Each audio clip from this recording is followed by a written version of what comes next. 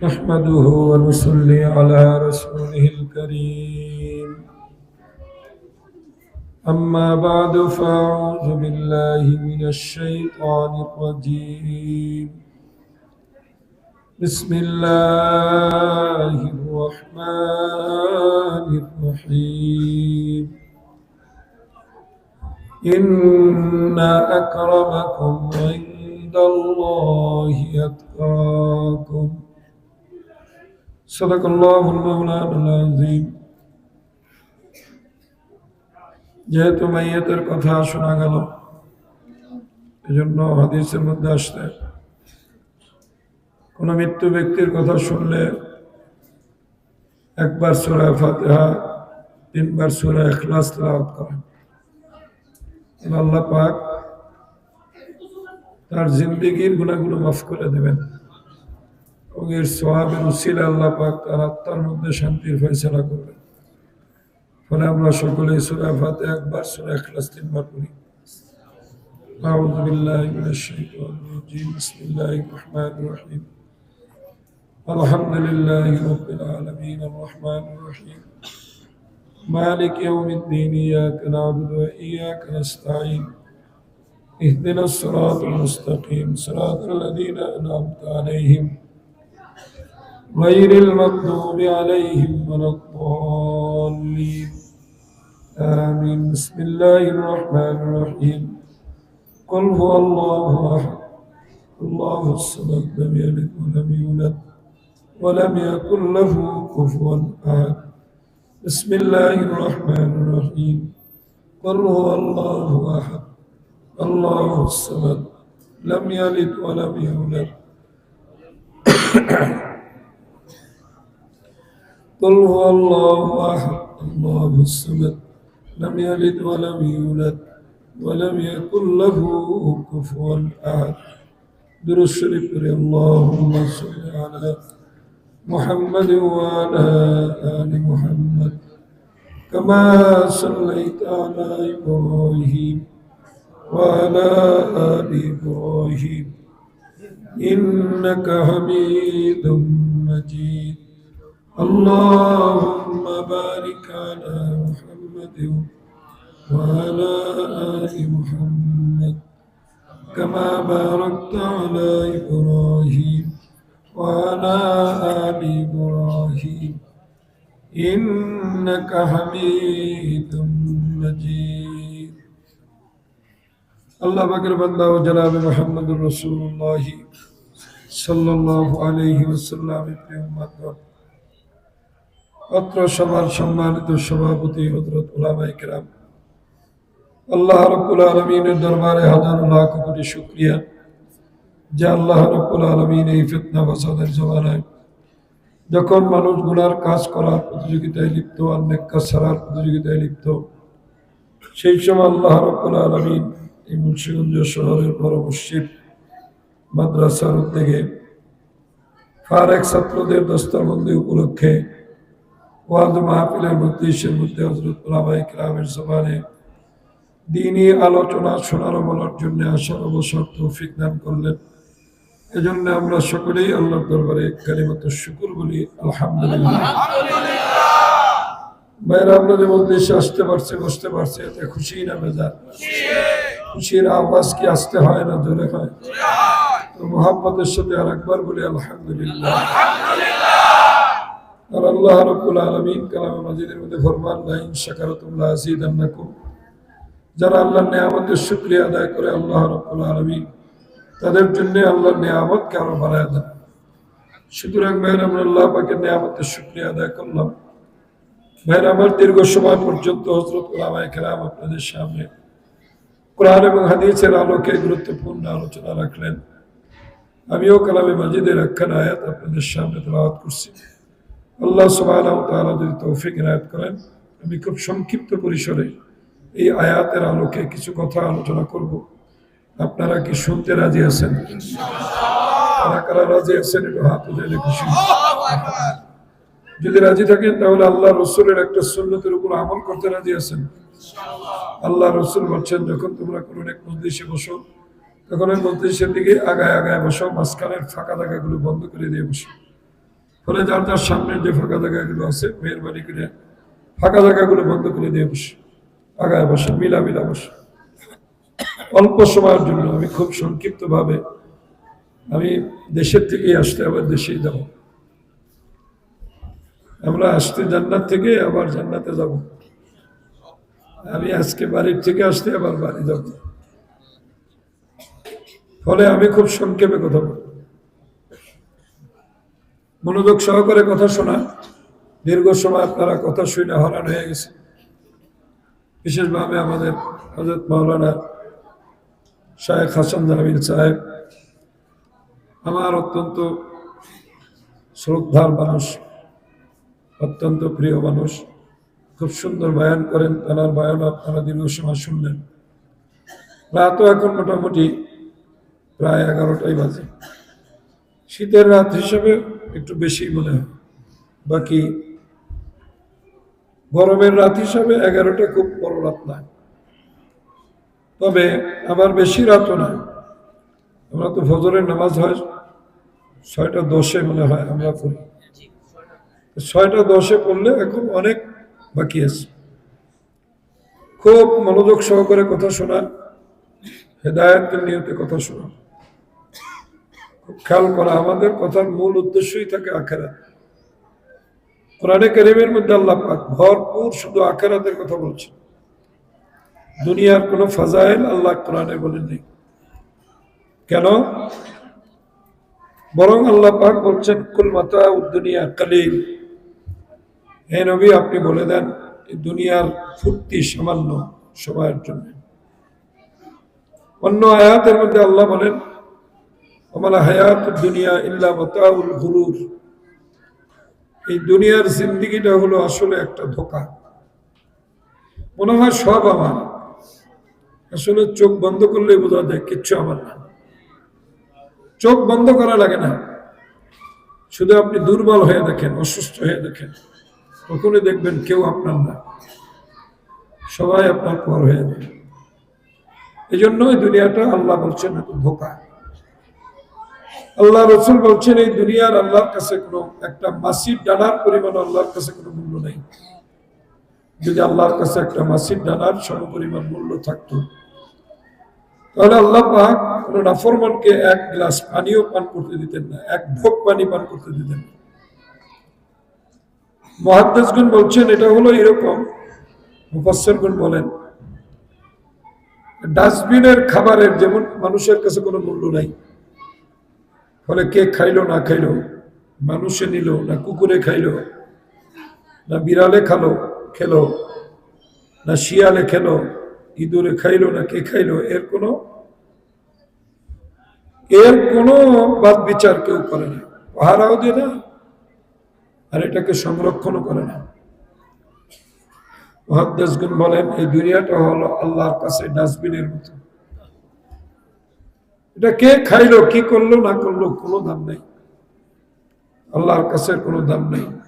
যে কারণে মানুষে খাইলেও ভালো, কুকুরে খাইলেও ভালো, নেককার মানুষে খাইলেও হইলো, বেঈমান মানুষে খাইলেও হলো।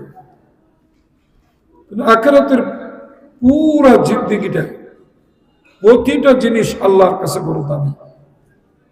ওয়াল আখিরাতু খায়রু ওয়া আবকা। আখিরাতের সব জিনিসগুলো উত্তম এবং স্থায়ী। এই উত্তম জিনিসগুলো আল্লাহ পাক উত্তম মানুষ ছাড়া কাউকে খাইতে দেবেন না। অন্য মাখলুক তো দূরের কথা, কোনো মাখলুক পাবে না আখিরাতের নিয়ামত, শুধু মানুষ খাইতে পারবে। কোন মানুষগুলো পাবে? যেই মানুষগুলো উত্তম মানুষ, সেই মানুষগুলো পাবে। ভাইয়েরা আমার, ওয়াজ তো আমরা লম্বা শুনি, সবসময় শুনতেছি, আরো সামনে শুনবো। এখন উত্তম কিভাবে হওয়া যায় এই জিনিসটা একটু চিন্তা করা। উত্তম হওয়ার জন্য এই মুমিনদের জন্য আল্লাহ পাক বারবার কোরআনে অসংখ্য আয়াতের মধ্যে বলছেন ইয়া আইয়ুহাল্লাযীনা আমানু, হে মুমিনগণ, ইত্তাকুল্লাহ, আল্লাহকে ভয় করো। উত্তম হওয়ার জন্য শুধু একটা শর্ত, সেটা হলো আল্লাহর ভয়। কার ভয়? কারো মধ্যে যদি আল্লাহর ভয় হয় তাহলে তার অন্তরটা পরিষ্কার হয়, দেহ পরিষ্কার হয়। অন্তর আর দেহ পরিষ্কার হওয়ার কারণে এই লোকটা একটা উত্তম মানুষে পরিণত হয়। মানুষ আসলে দুই প্রকার, দুই গুণে মানুষ। একটা হলো সুরত আর একটা হলো সিরত। একটা হলো কি সুরত আর একটা সিরত। সুরত তো মনে হয় আপনারা বুঝছেন, সুরত বুঝছেন না? এই যে চেহারা, আকৃতি, এটাই মানুষ। শুধু আকৃতির কারণে মানুষ হয় না, শুধু আকৃতি আছে কিন্তু সিরত নাই। আল্লাহ পাক এর ক্ষেত্রে বলছেন উলাইকা কাল আনআম। আমাদের দেশে একটা সমস্যা আছে, আমরা যখন বয়ান করি মানুষ আলেমদেরকে প্রতিপক্ষ ভাবে। এটা মনে হয় হুজুরে বলতেছে, না আমি বলতেছি না, কথাটা বলছেন কে? আল্লাহ। অথবা অনেকে মনে করে হুজুরে আমাদেরকে বলতেছে, না আল্লাহ পাক আমাদের সবাইকে বলছেন। আল্লাহর কথাটা আমরা পিয়নের ভূমিকায় আপনাদের সামনে বলতেছি। মূলত যদি সিরত আমি মৌলবীর মধ্যেও না হয়, আমার জন্য এই আয়াত প্রযোজ্য। বলে এটার জন্য প্রতিপক্ষ আলেমকে বানানোর কোনো কারণ নেই। এজন্য কোরআন পড়া দরকার, কোরআন বোঝা দরকার। আমাদের দেশে আর একটা ঝামেলা আছে, কোরআন শরীফ বোঝার জন্য আমরা আলাদা একদল রেখে দিচ্ছি, কিন্তু হুজুরের ধর্মে শ্রেণী বিভক্ত করছে। কোরআন হাদিস বুঝবে, হুজুররা বুঝবে, হুজুর একটা শ্রেণী বিভক্ত করছে। এটা আমাদের দেশে আমাদের কালচারের সাথে এটা আসতে হলো পৌত্তলিক ধর্ম থেকে আসতে। পৌত্তলিক ধর্মের বিধান হলো ধর্মগ্রন্থ ধর্মীয় গুরুরাই শুধু ধরবে, অন্য কেউ ধরতে পারবে না। যদি অন্য কেউ ধর্মগুরুর এই ধর্মগ্রন্থ থেকে শ্লোক পাঠ করে তাহলে সেটা দ্বারা কোনো কার্যকরিতা হবে না, ধর্মগুরুরই শ্লোক পাঠ করতে হবে। এজন্যে সনাতন ধর্মের মধ্যে একটা শ্রেণী আছে ভিন্ন, সেটা হলো ব্রাহ্মণ। তারা কি? ব্রাহ্মণ। অন্য কেউ ব্রাহ্মণ দাবি করলেও হবে না, ব্রাহ্মণ হতে হবে ব্রাহ্মণের ছেলে, ব্রাহ্মণ হতে হবে ব্রাহ্মণের ছেলে। কিন্তু ইসলাম এমন ধর্ম না, ইসলাম এই ধর্ম না। ইসলাম এমন একটা ধর্ম, এমন একটা ধর্ম যে এই কোরআন ধরার জন্য আমি হুজুরের জন্য যে শর্ত, আপনার জন্য একই শর্ত। কোরআন ধরার জন্য শর্ত হলো দুইটা। কয়টা? সবাই বললে খুশি হইতে। এক নম্বর মুমিন, এক নম্বর মানুষের মধ্যে যে মুমিন হবে, ঈমান আল্লাহ হবে। দুই নম্বর গুণ হলো মুমিন, দুই নম্বর গুণ হলো পবিত্র হবে, শরীর কি হবে? পবিত্র হবে। তাহলে এই কোরআন, কাফেরের ছেলেও যদি মুমিন হয় আর যদি কোরআন অজু থাকে, পবিত্রতা অর্জন করে, সেও কোরআন ধরতে পারবে, কোরআনের ধারক বাহক হইতে পারবে। মুমিনের ছেলেও যদি কাফের হয়ে যায়, খোদা না খাস্তা, তাহলে তার জন্য কোরআন স্পর্শ করা জায়েজ নেই। সনাতন ধর্মের মতো সাধুর ছেলে সাধু, ব্রাহ্মণের ছেলে ব্রাহ্মণ, এরকম হুজুরের ছেলে হুজুর ডাইরেক্ট কোরআন ধরতে পারবে, এটা আল্লাহর বিধান না। এটা ওই কালচারটা আমাদের মধ্যে ঢুকে বসে। দেখেন আল্লাহ রসুলের সবচেয়ে বড় শত্রু কে ছিল? কন্যা দিয়ে আপনারা সবাই এক বাক্যে স্বীকার করেন না? আল্লাহ রসুলের সবচেয়ে বড় শত্রু, জানের শত্রু, দিনের শত্রু, কোরআনের শত্রু সবচেয়ে বেশি কে ছিল? আমাদের তো মনে হয় যে আবু জাহেলের গোষ্ঠী বোধহয় সব খারাপ, কিন্তু না, আবু জাহেলের এক ছেলে আকরামা রাদিয়াল্লাহু তাআলা, আল্লাহ রসুলের জলিল ও কদর সাহাবী। সহজে বোঝার জন্য আমি এই রেফারেন্সটা, কোরআন ধরার জন্য আবু বকরের ছেলে হওয়া শর্ত না। কোরআনের ধরতে আবু জাহেলের ছেলের জন্য কোনো বাধা না। কোরআন ধরা, কোরআন বোঝা, কোরআন মানা, দুই শর্ত হইলেই হয়। এক নম্বরে মুমিন, এক নম্বরে দুই নম্বরে পবিত্রতা। লা ইয়ামাসসুহু ইল্লাল মুতাহহারুন। ফলে আমরা কোরআন ধরি না, কোরআন পড়ি না। অনেকের কাছে কোরআন শরীফ হলো আতঙ্ক। যাও দিয়ে একটু বাড়িতে কোরআন আছে, কোন জায়গায় দিয়ে থুয়ে দিছে কেউ দেখে না। শোপিসের মধ্যে কি গাব গাছ, বট গাছ, কি আন্যা মিন্যা সাজায় মাজায় থুয়ে দিছে। এত বড় দামি জিনিস দু একটা ঘরে আছে, কোথায় যে রাখছে, কিছুদিন পরে বাইর করলে বা কোনো কাজে ওই জায়গায় হাত দিলে দেখা যায় ময়লার স্তূপ করে রয়েছে, ময়লার স্তূপ করে রয়েছে। অথচ মুসলমান দামি হয়েছিল কোরআনের কারণে। আজকে সেই কোরআন আমাদের মধ্যে নেই। আমরা কোরআন পড়তে পারি না, ধরতে পারি না, কোরআনের সম্মান আমাদের কাছে নেই। সমস্যা এখন এমন হয়ে দাঁড়াইছে, অবিশ্বাস আবার এমন হয়েছে, হুজুররা ওয়াজ করলে আবার অনেকে দাঁড়ায়ও যায়, বলে হুজুর কোরআনের অপব্যাখ্যা করবেন না। এই বেশ কিছুদিন আগে গাজীপুরে কোনাবাড়ি আমি এক মাহফিল করতেছিলাম। মাহফিলের যে সভাপতি সেই কাউন্টার দিয়ে বসলো, হুজুর অপব্যাখ্যা করেন না, কোরআনের অপব্যাখ্যা করেন না। মাশাআল্লাহ, তাহলে ব্যাখ্যাটা তো আপনি জানেন, ব্যাখ্যাটা তো আপনি জানেন, আপনি ব্যাখ্যা দেন। আমি বসি জিদ করে, মানে মানুষ ক্ষমতা পাইলে তো অন্ধ হয়ে যায়, জিদ করে মাইক ফিক্কা মেরে হেসে লেগেছে, মানে জিদ দেখাইছে আসলে তো পারে না, না পারলে কি করবো, জিদ দেখা গেছে।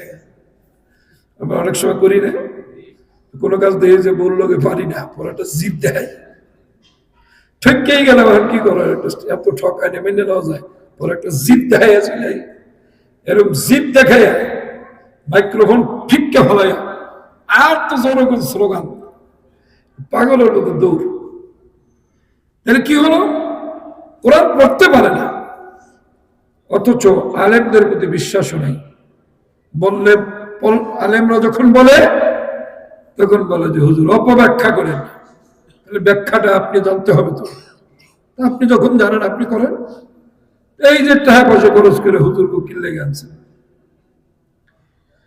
আমি এই কথাটা এজন্য বললাম যে আল্লাহর কাছে আমাদের এই হুজুর আর মুজুর এর কোনো পরিচয় নেই। আল্লাহর কাছে মূল পরিচয় হলো মানুষ, আর মুক্তির জন্য পরিচয় হলো ঈমানওয়ালা, মুমিন মুসলমান, মুমিন মুসলমান। সুতরাং এই দুনিয়ার আল্লাহর কাছে কোনো দাম নেই, 5 পয়সারও কোনো দাম নেই। এই জন্য দুনিয়া কাফেররা বেশি ভোগ করতেছে, এজন্য সারা পৃথিবী দাপায় নিতেছে। মুসলমানদেরকে মাইরে কচু কাটা কইরা লক্ষ লক্ষ মুসলমান মাইরা ফেলায়। কি বিল্ডিং, কি সুন্দর শহরটাকে, গাজার শহরটাকে ধ্বংসস্তূপে পরিণত করে, কি উপহাস। আবার শান্তির বাণী পেশ করে তারা সেখানে এখন রিসোর্ট সেন্টার করবে, প্রমোদাগার করবে, মুসলমানদেরকে বের করে দিয়ে, মানুষগুলোকে বের করে দিয়ে এই যে পৃথিবীর রাজত্ব করতেছে বিদর্ভীরা। আমরা মনে করতেছি আমার আপনার কাছে পৃথিবীর সম্পদের দাম আছে বইলে মনে হয় আমাদের প্রতিপদী আল্লাহর অবিচার। না, আল্লাহর কাছে পৃথিবীর কোনো দাম নাই। এজন্য কাফের বেঈমান খাইলে খাক, কুকুরে খাক, বিড়ালে খাক, আবার মুমিনও খাক, খাইলে খাক, না খাইলে না খাক, এগুলোর আল্লাহর কাছে কোনো দাম নেই। এজন্য কোরআনে কারীমের মধ্যে আল্লাহ সুবহানাহু ওয়া তাআলা মুমিনদের উদ্দেশ্য করে বলছেন, দেখো তোমরা যদি আখিরাতের নিয়ামত ভোগ করতে চাও তাহলে তোমাদেরকে ভালো মানুষ হইতে হবে, পবিত্র মানুষ হইতে হবে। আর পবিত্র মানুষ হওয়ার জন্য প্রথম শর্ত হলো অন্তরটাকে পবিত্র বানাতে হবে। অন্তর তখনই পবিত্র হয় যখন অন্তরের মধ্যে ভয় থাকে। কার? জোরে বললে খুশি হইল। অন্তরের ভয়। আমরা পুলিশকে ভয় করি, ডাকাতকে ভয় করি, র‍্যাবকে ভয় করি, ক্ষমতাশীলদেরকে ভয় করি, সরকারকে ভয় করি। এই ভয়ের একটা সীমা আছে। এজন্য আমরা তাদেরকে ভয় করি, তাদের সীমা পর্যন্ত ভয় করি, এরপরে আবার আমরা অপরাধে লিপ্ত হয়ে যাই। আমাদের এই টাকা পয়সা রাষ্ট্রের খরচ করা লাগতো না, আবার আমরা কোনো অপরাধমূলক কাজও করতে পারতাম না যদি একজনের ভয় আমাদের অন্তরে থাকতো। তিনি কে? মানুষের অন্তরটা হলো শরীরের ড্রাইভার।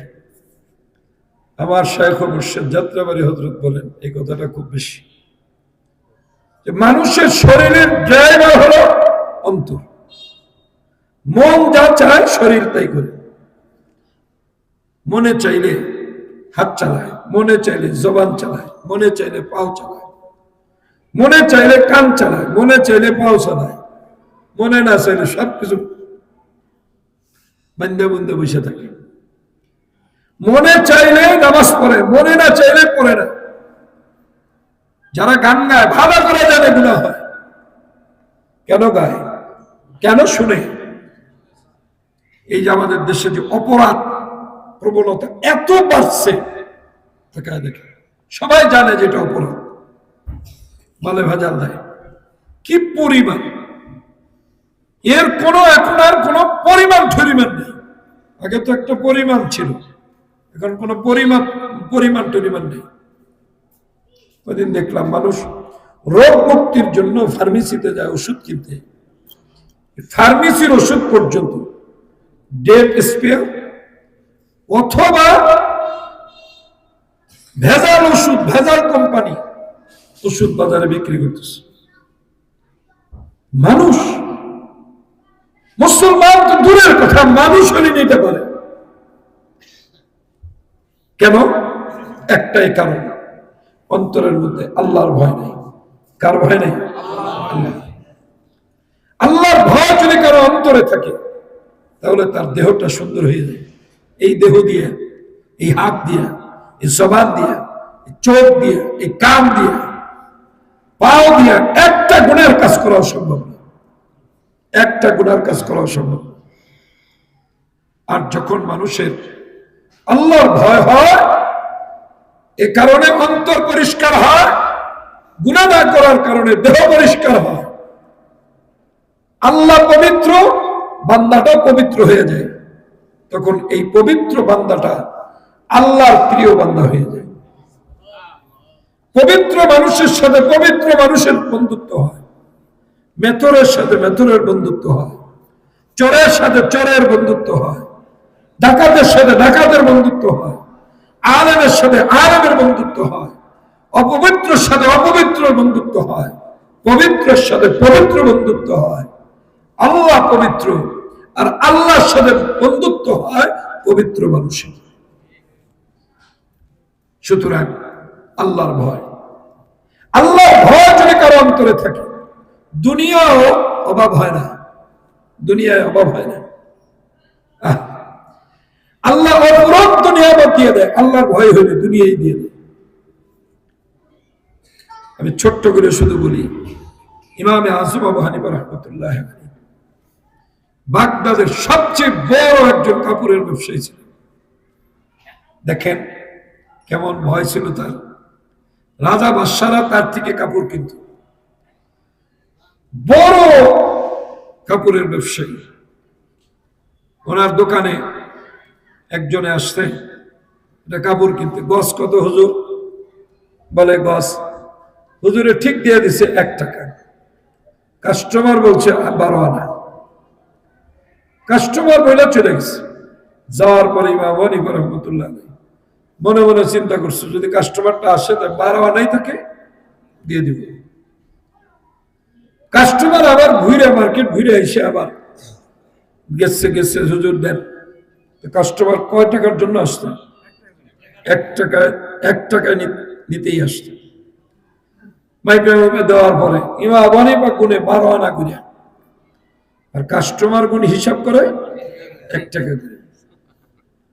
কাস্টমার বলে 1 টাকা, আবু হানিফা বলেন, ইমাম সাহেব বলেন 12 আনা। কাস্টমারকে হুজুর আপনি ভুল করতেছেন, আমি তো 1 টাকার জন্য আসি। কেন আমি ভুল করতেছি না, আমিও ঠিক করতেছি। বলে কি ঠিক? বলে আমি ঠিক করতেছি, তুমি চলে যাওয়ার পরে মনে মনে চিন্তা করছি 12 আনায় দিলেও আমার কিছু লাভ থাকে, তুমি আসলে আমি তোমাকে দিয়ে দিব। আমি যদি এখন 1 টাকা করে রাখি, এটা শরীয়তের দৃষ্টিতে জায়েজ হবে, কোনো সন্দেহ নাই। কিন্তু আল্লাহ তো দেখছে যে আমি নিয়ত করছি তুমি আসলে 12 আনায় দিয়ে দিব। আমি কিয়ামতের ময়দানে আল্লাহর কাছে কি জবাব দেব? এই জন্য আমি তোমার থেকে 12 আনা নিতেই বাধ্য। কোটি কোটি টাকার মালিক ছিলেন। ঘি আর মধু বাগদাদ থেকে সিরিয়াতে পাঠাইছে, জাহাজে নিয়ে যাইতেছে। দুই কার্টুন পাশাপাশি নদীর ঢেউয়ে বাড়ি লেগে ঘি আর মধু মিলে গেছে। ম্যানেজার ভাবছে ভালোই হয়েছে, ঘির দামে মধু বেচে ফেলে দেবে। ইমাম হানিফা রাহমাতুল্লাহ আলাইহি বলে আমি হাদিসে পাই নাই যে ঘি মধুর দামে বিক্রি, মধু ঘি একসাথে মিলা গেলে বেচা যায়, একই দামে বিক্রি করা যায়, আমি পাই নাই। তাহলে এটা কি করবেন? এগুলো সব আল্লাহর রাস্তা দান করে দেবে, সব আল্লাহর রাস্তা দান করে দিচ্ছে। কেনার ক্ষেত্রে এমনই ছিল। কেনার ক্ষেত্রে এক মহিলা আসতো, নিজে তাঁত বানায় না, মহিলা তাঁতি কাপড় নিয়ে আসতে। তোমার দাম কত? মহিলা এসে বলতেছে আমার 100 দিরহাম দেন। ইমাম সাহেব বলে না, এটার দাম আরো বেশি, এটার দাম আরো বেশি। কত হইতে পারে? 200 দেন। না আরো বেশি। 300 দিরহাম দেন। আরো বেশি। মহিলা মনে করছে হুজুর কি ঠাট্টা করে, তো আপনি কোন এটার দাম কত হবে? এটার দাম হলো 500 দিরহাম। মহিলা কত দেন? মহিলা বলছে হুজুরে মনে হয় আবার একটু রহস্য করতেছে, তুমি 500 দিরহাম দিয়ে রেখে দিস। বলে কেন? বলে দেখো তোমার এটার দাম তো এটা, তুমি তো জানো না এই মার্কেটে এটার দাম এখন এটা হয়েছে, তোমার তো জানা নেই। আমি যদি আজকে তোমাকে ঠকায় আমি এটা কিনে নিতাম, তাহলে আমি আল্লাহর কাছে কিয়ামতের ময়দানে কি জবাব দিতাম? ভয় কার? জোরে বললে খুশি হইতে। এই ভয়ের কারণে মহিলাটা ইনসাফ পাইছে না পায়নি? ভয়ের কারণে ওই লোককে এই 4 আনা করে পয়সা ছেড়ে দিল। কার ভয়? ভয় যদি হয় তাহলে মানুষগুলো এমন, সমাজটা তো সুন্দর সমাজ হয়ে যেত, দুনিয়াটা সুখের জিন্দেগি হয়ে যেত। আল্লাহ সুবহানাহু ওয়া তাআলা বলছেন তুমি যদি আমাকে ভয় করো, আমি আল্লাহ তোমার রিজিকের ফয়সালা এমন জায়গা থেকে করে দিব যা তোমার কল্পনার মধ্যেও ছিল না।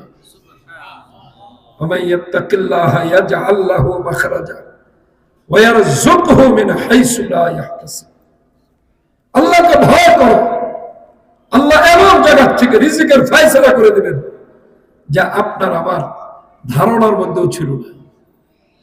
দেখেন না হুজুরকে চলতে দেখে বেশি তাস্কি খেয়ে থাকে, খালি হুজুরকে বেতন কমায়, বেতন কমায় এই জন্য এত ভালো চলে। কেমনে দেখি কমায় নি, একটু দুর্বল বানানো যায়, এরপরও দেখে ভালোই চলে।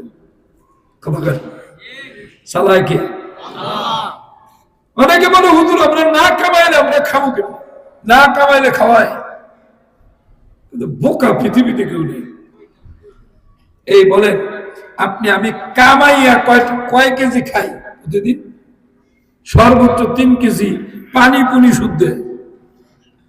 সমুদ্রের মধ্যে যে একটা তিমি মাছ, ও না কামাইয়া প্রতিদিন 3000 কেজি খায়। কয় হাজার কেজি? জোরে বললে খুশি হইতে। সমুদ্রের তিমি মাছের জন্য সরকার আছে, আমেরিকা, ইউরোপ, জাতিসংঘ, ইউনিসেফ। খায় না? একটা না হাজারো। কে খাওয়ায়? আল্লাহ এসে ব্যর্থ হয়ে গেল আমাদের কাছে। নাউজুবিল্লাহ মিন যালিক। ইমানটা কেমনে থাকে আমার বুঝে আসে। আল্লাহ বলতেছেন আমি চ্যালেঞ্জ করলাম, তুমি আমাকে ভয় করো, আমি তোমার খাদ্যের ব্যবস্থা করে দেব। কোথা থেকে করব? আল্লাহ ছাড়া আর কেউ জানে না। শোনেন, আপনি দুনিয়া হারাম ভাবে কামান আর হালাল ভাবে কামান, অতটুকু ভোগ করতে পারবেন যতটুক আল্লাহ আপনার তকদিরে রাখছে। হারাম কামাইয়া যদি আপনি আকাশ পরিমাণ সম্পদ জমান, যতটুক তকদিরে আছে এর চেয়ে 1 ইঞ্চি পরিমাণ আপনি বেশি ভোগ করতে পারবেন না। জমায়েত হওয়ার মধ্যে কোনো গ্রাভিটি নেই। এই জন্য আল্লাহ পাক সূরা তাকাসুরের মধ্যে বলছেন, আলহাকুমুত তাকাসুর ওয়াইলুল লিকুল্লি হুমাযা। সূরা হুমাযার মধ্যে বলছেন আল্লাযী জামাআ মালা ওয়া আদ্দাদা। যারা মাল জমায় আর খালি গুনে, এগুলো একদম কিপটে আছে, কোটি কোটি টাকা ব্যাংকে খালি গুনে, ভাঙ্গে না, আল্লাহ রাস্তা দেয় না। কি যে মুসিবত আল্লাহ রাস্তা দেওয়া, কি যে কঠিন। খরচ করবেন আল্লাহ রাস্তা। এমন বখিলের বখিল, খালি মাল জমায়েত হয়ে যাবে।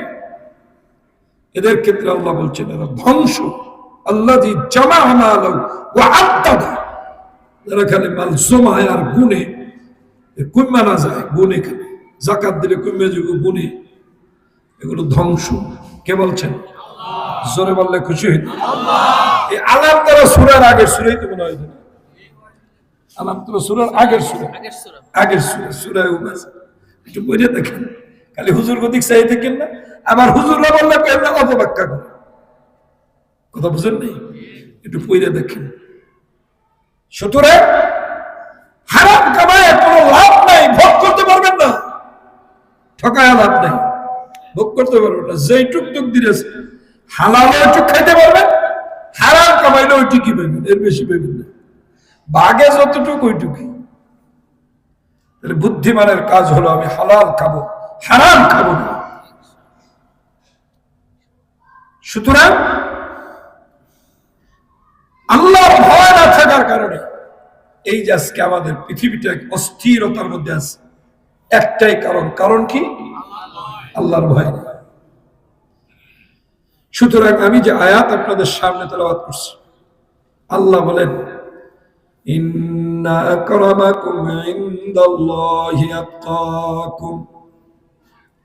আমি আল্লাহর কাছে সবচেয়ে প্রিয় ওই মানুষগুলো যাদের অন্তরের মধ্যে ভয় আছে আল্লাহর। হে আল্লাহর বান্দারা, হযরত সিদ্দিক আকবর রাদিয়াল্লাহু তাআলা আনহু, আল্লাহর রাসূল নিজের পবিত্র জবান দিয়ে বলছেন আমার সিদ্দিক জান্নাতি। আল্লাহর রাসূল নিজের পবিত্র জবান দিয়ে বলছেন কোন নবীর উম্মত জান্নাতে যাইতে পারবে না, আমি নবীর উম্মত জান্নাতে যাবার আগে। আর আমার উম্মতের মধ্যে সর্বপ্রথম যে জান্নাতি হবে তার নাম হলো আবু বকর। আল্লাহর রাসূল নিজের জবানে বলছেন হে শোনো, সারা পৃথিবীর সব মুমিনের আমল যদি এক পালায় দেওয়া হয়, আর আমার আবু বকরের এক রাতের ইবাদতের আমল যদি এক পালায় দেওয়া যায়, আমার আবু বকরের এক রাতের ইবাদতের পালা ভারী হয়ে যাবে। এই আবু বকর আল্লাহর রাসূল সাল্লাল্লাহু আলাইহি ওয়াসাল্লাম আরে এমন ভয় আল্লাহর ছিল, জমিনের মধ্যে মরা মানুষের মতো হাঁটতো। মরা মানুষ। আল্লাহর নবী একদিন মসজিদে নববীতে বসা, সাহাবায়ে কেরাম পাশে বসা, আল্লাহর রাসূল বললেন হে সাহাবীরা, মরা মানুষ জমিনের উপরে হাঁটে দেখতে চাও? মান আরাদা আন ইয়ানজুরা ইলা মাইয়িতিন আলা ওয়াজহিল আরদ, জমিনের উপর দিয়ে মরা মানুষ চলে দেখতে চাও? ফালিয়ানজুর ইলা ইবনে আবি কুহাফা, তাহলে ওই যে তাকায়া দেখো আমার আবু বকর, আরে কেমন আল্লাহর ভয়। এর নাম হলো আল্লাহর ভয়। জান্নাতের শুভ সংবাদ দুনিয়ার জমিনের উপরে পাইয়াও জমিনের উপর দিয়া মরা মানুষের মতো হাঁটছে, মরা মানুষের মতো জীবন যাপন করছে। আর আমরা জাহান্নামের সার্টিফিকেট আমাদের আমলের দিকে যদি তাকাই, তাহলে দেখা যাবে আমাদের অধিকাংশের গলার মধ্যে জাহান্নামের সার্টিফিকেট ঝুলানো। এরপরও কত দাপটের সাথে চলি। আল্লাহর বান্দা মনে রে বুঝা,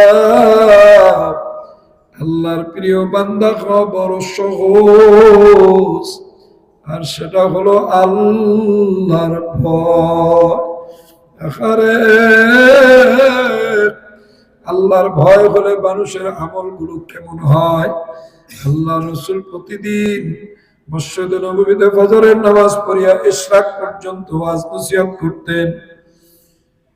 আল্লাহ সাহাবায়ে কেরাম তন্ময় হয়ে বয়ান শুনতেন। কিন্তু তলহা নামক এক সাহাবী কিছুদিন যাবত ওই বয়ানে বসে না। সাহাবায়ে কেরাম আল্লাহ রাসূলকে বললেন, ইয়া রাসূলুল্লাহ, কিছুদিন যাবত তলহা আপনার এই বয়ানের মধ্যে বসে না। ফজরের নামাজ চলেন, সালাম ফিরিয়ে এই ভাষায় চলে যায়। আল্লাহ রাসূল বললেন, তলহাকে কালকে আমার সাথে ফজরের পরে দেখা করতে বলবা। তলহা রাদিয়াল্লাহু তাআলা আনহু এসে দেখা করলেন। আল্লাহ রাসূল বললেন, তলহা, তুমি আমার প্রতি কি কারণে রাগ করলা? আমার থেকে কি তুমি কোনো খারাপ আচরণ পাইছো, যে আচরণের কারণে তুমি আমার মজলিসে বসো না? তলহা রাদিয়াল্লাহু তাআলা আনহু বুক ফাটায়া কান্না শুরু করলেন, ইয়া রাসূলুল্লাহ, আপনার জন্য আমার জীবন কুরবান, আপনার মজলিস ছাড়িয়ে আমার যাইতে মনে চায় না। কিন্তু নবী, আমার গোলাবার কারণে আমাকে যাইতে হয়। এই যে দেখেন একটা চাদর, আমার শরীরে এবং আমার বিবির শরীরে যে পোশাক আছে, ওই পোশাক পরিয়া নামাজ পড়া যায় না। সিরা ফাটা পোশাক, রুকুতে গেলে সজ্জায় গেলে সতর খুইলা যায়। এই একটা চাদর পেঁচাইয়াই আমি নামাজ পড়ি। আমার বিবি গুহায় সব বসা থাকে, আমি গেলে চাদরটা আমার বিবিকে দেই। বিবি গুহার থেকে চাদরটা পইরা তারপরে বের হয়ে আসে। ইয়া রাসূলুল্লাহ, অন্যান্য নামাজের সময় তো লম্বা সময়, আরে ফজরের সময় যেহেতু নামাজ কাজা হয়ে যাওয়ার সম্ভাবনা থাকে, এজন্য আমি সালাম ফিরাইয়া বাসায় চলিয়া যাই, যেন আমার বিবি সুন্দরভাবে সময় মতো নামাজ পড়তে পারে। ইয়া রাসূলুল্লাহ, আপনার জন্য তো জীবন কুরবান, আমার এই গরিবী হালতের জন্য আমার এটা করা লাগে। এ কথা শুনিয়া আল্লাহর নবীও কাঁদলেন, সাহাবায়ে কেরামও কাঁদলেন। এবার আল্লাহর নবী বলেন, শোন তলহা, আমি নবী দেখতেছি তুমি জান্নাতে। আরে আল্লাহ, কেমন ছিল আল্লাহর ভয় রে। আহারে, নামাজ ছাড়া তো দূরের কথা, জামাতও ছাড়ে নাই। জামাত ছাড়া তো দূরের কথা, তাকবীরে উলাও ছাড়ে নাই। আর আমরা গুনাহ করি, আইসা খাইলা গুনাহ করি। বাবারে মনেরে বুঝাও, পুলিশ রে ভয় না পাই যদি আল্লাহরে ভয় পাইতা, আর জীবনটা কামিয়াব করিয়া কবরে যাইতে পারতাম। কপাল পোড়া, আরে পুলিশের ভয় আছে, পুলিশ দেখলে অন্যায় করা বাদ দিয়ে দেই। আল্লাহর ভয় নাই। আল্লাহ তো সব সময় দেখে, সব সময় আল্লাহ চাইয়া রয়েছে আল্লাহু হাজিরি আল্লাহু নাসিরি। আল্লাহ সব সময় সব জায়গায় উপস্থিত। এরপর মাওলার সামনে গুনাহ করতে অন্তর কাঁপে না, তাহলে বোঝা গেল আপনার আমার অন্তরের মধ্যে আল্লাহ ভয় না। মনে ভালো করে বুঝাও, দুনিয়ায় যত বড়ই কবরে কিন্তু একই হালত হবে। আমার মাওলার কাছে দুনিয়ার গরিব আলেম আর গায়রে আলেম 5 পয়সার কোনো পার্থক্য নাই। এই যে কয়েকদিন আগে দেখলেন না, মানুষ খালি মানুষ গুনছে, জানা যায় কত মানুষ হয়েছে, কিন্তু আমার নজরে একটা জিনিস আসছে, মনে দেখাইলাম। মন দেখ, 3 বারের প্রধানমন্ত্রী, লক্ষ লক্ষ লোক নাকি জানাজায় শরীক হয়েছে। কবর দেওয়ার সময় টাইলস কাটিয়ে ঢালাই কাটিয়া মাটির মধ্যেই শোয়াইল, রিক্সাওয়ালারা মাটিতে শোয়ায়, প্রধানমন্ত্রীরাও মাটিতেই শোয়ায়, মুসল্লিরাও মাটিতে শোয়ায়, ইমামকেও মাটিতে শোয়ায়। ওই মাটি খাইয়া নিবে, আপনাকেও ছাড় দিবে না, আমি মৌলবীরাও ছাড় দিবে না। আমার জন্য দোয়া করিয়েন, আমিও দোয়া করি আল্লাহ যেন আমাদের অন্তরে মালিকের ভয় ঢুকাইয়া দেয়। আহারে, নাইলে পবিত্র হইয়া কবরে যাওয়া যাবে না। অপবিত্র মানুষের জন্য জাহান্নাম কঠিন। আল্লাহর নবী বলেন, হে আমার সাহাবীরা, জাহান্নামের বয়ান যত কঠিন করে বলতে পারো বলো।